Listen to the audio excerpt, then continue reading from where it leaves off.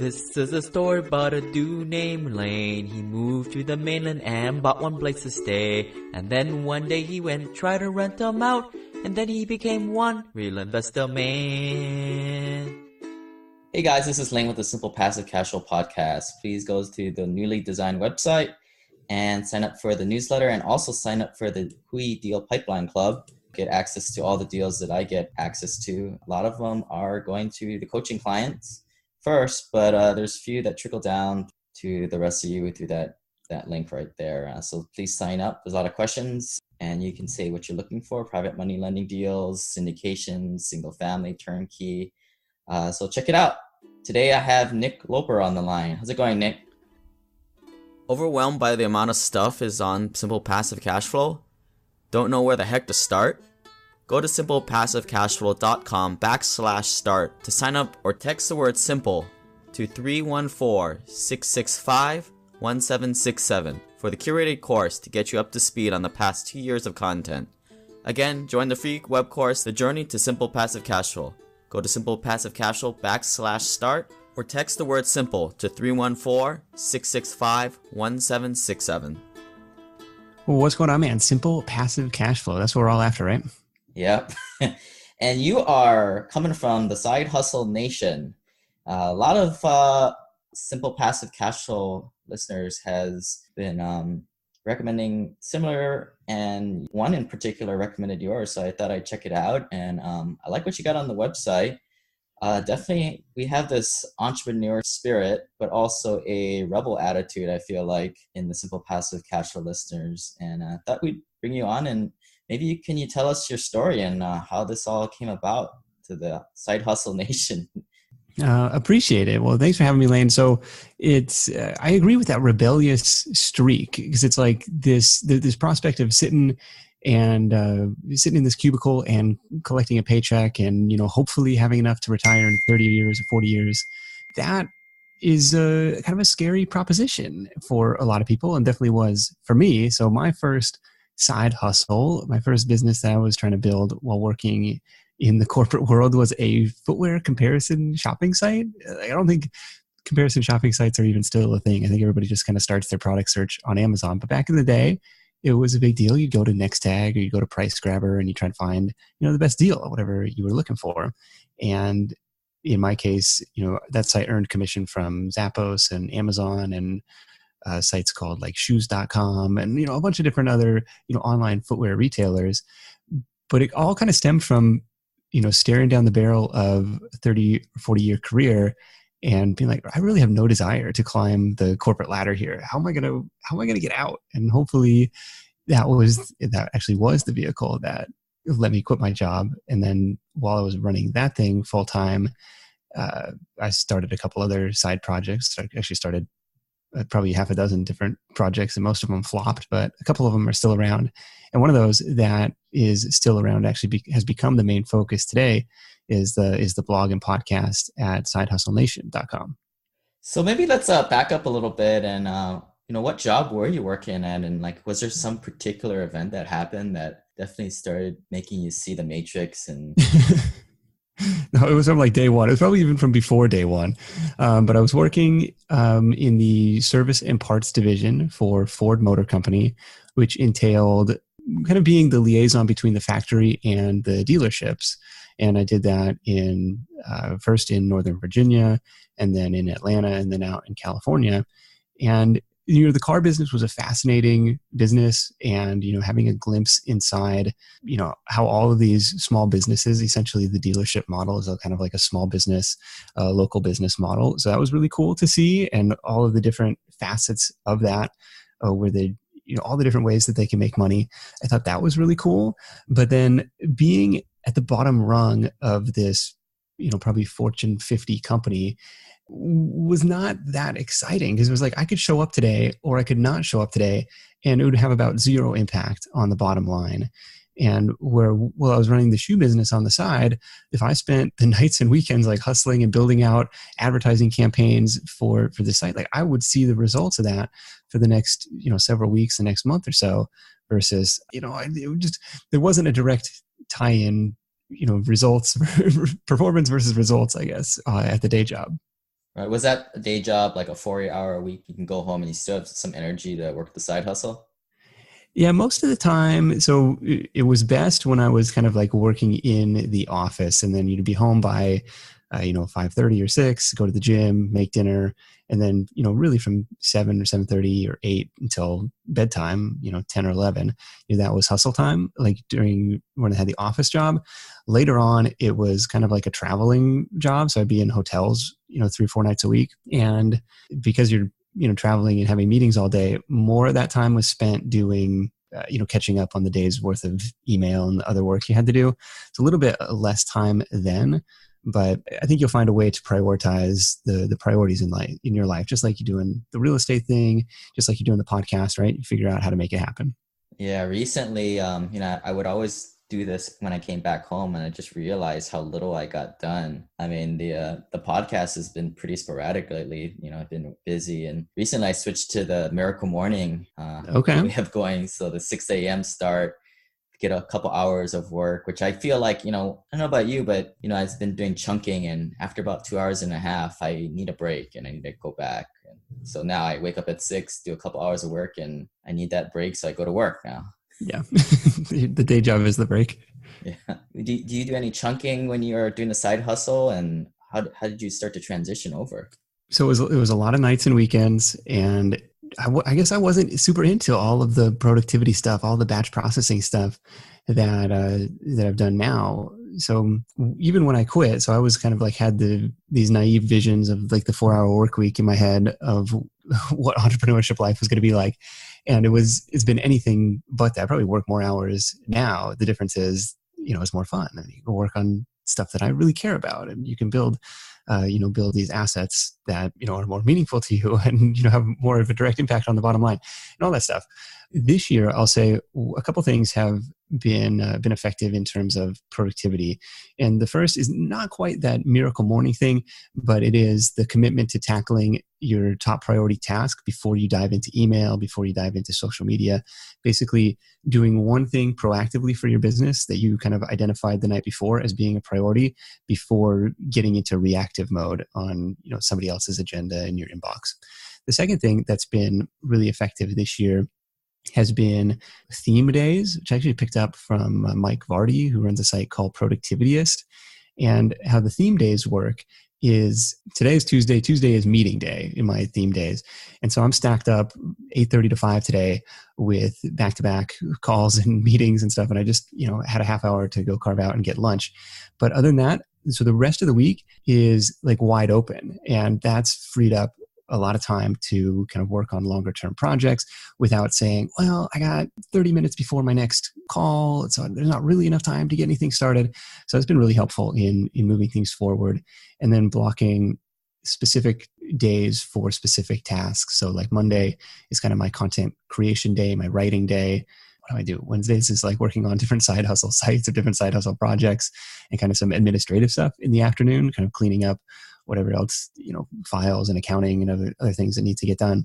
And Thursday is like just dedicated for, growth projects, like stuff that would be really easy to procrastinate on before and say, hey, this is what I need to do to move the thing forward, for Side Hustle Nation. So really excited about that. I'm probably a little bit still in the honeymoon period. It's been 3 or 4 months since I started implementing some of that stuff, but I love it so far. Yeah, I've heard of it. Same thing, but think of left brain, right brain tasks. Some days are just emails. Some days are, like you said, meetings. Some days are more creative stuff like writing content. You mentioned getting that one thing done a day. Do you think of it like eating the frog in the morning? Hopefully it's not too disgusting of a task, but hopefully something you are looking forward to doing versus something you want to procrastinate on. It's something I've been trying to do is, identify that the night before. That's I don't go to bed bothered about that thing. Yeah, I've been trying to be better about that too. It's like, hey, here are my top 3 priorities for the next day in order, right? 1, 2, 3. And so immediately when it comes time to get to work, exactly what you're going to work on, and you don't have that 15-minute ramp up period of like, well, what should I do? It's like, no, yesterday you said this was the most important thing, so why don't we knock that out and see what happens before you have a chance to get distracted by YouTube or get distracted by, some email in your inbox. And that's been really helpful. It kind of sets the tone for the day too. Like you kind of build some positive momentum into it. And, whether that task it might only take 15 minutes or sometimes it's 3 hours, but it's helpful for me to get that done. One of the first things I looked into getting away from Wall Street were the many crowdfunding sites out there. But I just was not into paying another middleman to give me a false sense of security and then take a chunk of the profits from the operator and me, the investor. Check out simplepassivecashflow.com/lend or text the word money to 314-665-1767. These lending opportunities are exclusive to Simple Passive Cashflow listeners to power operators I trust and will put my brand on the line with. Again, for more information, check out simplepassivecashflow.com/lend or text money to 314-665-1767.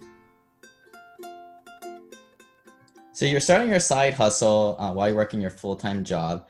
Did you ever use a coach to kind of help you see your blind side? Because, frankly, right now when I'm doing my thing, I'm kind of thrashing around in the water, doing everything. And I recently got coaching and it's really helped clear things up for me.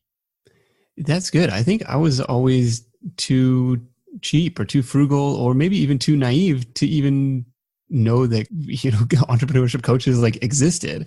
It never really crossed my mind.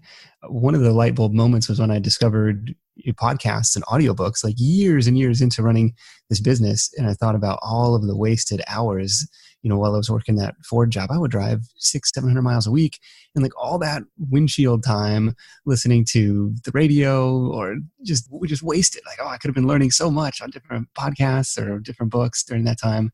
But I guess those I consider other shows kind of my mentors now. Any idea on maybe you get some feedback from peers, or how do you recorrect what you're doing that is maybe not the way you should be spending your energy on? A couple of things have been helpful on that front. The first is a peer group or mastermind group. So I've got a couple of those now that I'm a part of. When I first joined, actually, it was at the suggestion of a listener of the Side Hustle show. Hey, you ought to start a mastermind group for your listeners. And I was like, well, before I do that, I better be a part of one myself to see what it's all about. And I found that accountability, which I never had before, because it was always just me for the last several years. It's just been, me and what I said I'm going to do. And, whether you did it or not, it wouldn't make that big of a deal. But now all of a sudden it's come Sunday night, well, what did I told these guys this was my top priority. They're going to hold me accountable. They're going to hold me to that. And I better have a pretty good excuse if I didn't get that done. So that was really helpful. Would you care to share how much you spent on that mastermind? That was a free group. Actually, all the mastermind groups that I've been in have been free so far. So maybe let's talk about your side hustle's going well. At what point did you quit the day job, and what was your thought process to plan for that? So 3 years of nights and weekends later, I finally got up the nerve to quit the day job. Even then, it's this weird thing of is this allowed? Is this okay? Am I really going to be able to cut my own paycheck every month? Is this sustainable? Am I making, the biggest mistake of my life? I was out to dinner with my boss. Probably took a couple years to finally get up or a couple beers to finally get up the nerve to say look, I'm out of here, man. It was a very freeing feeling. A huge weight was off my shoulders. I was really excited about it. Really in terms of raw numbers and math, what I was looking at was a track record of performance in the business, right? Can this thing, worst case scenario for the last 6 months, for the last 12 months, has this earned enough to cover my expenses, right? Even if it's not to the point of, replacing the day job salary yet, that's not necessarily relevant as long as you can pay your bills, as long as you're not going to go backwards. The exception to that would be you're kind of in a service-based business, or where it's look, given an extra 40, 50 hours a week that my day job is eating up, if all of a sudden I had all that time to dedicate to my side hustle, to make that full-time thing, I'm really confident that I could get there within a couple months. Then I think it maybe makes sense to make the leap a little bit early. You identified a couple key levels there. First, your side income has surpassed your living expenses. Then it has surpassed your current earning level. And I hope your earning level is more than your expenses. That's another story for another day. Right. Hopefully.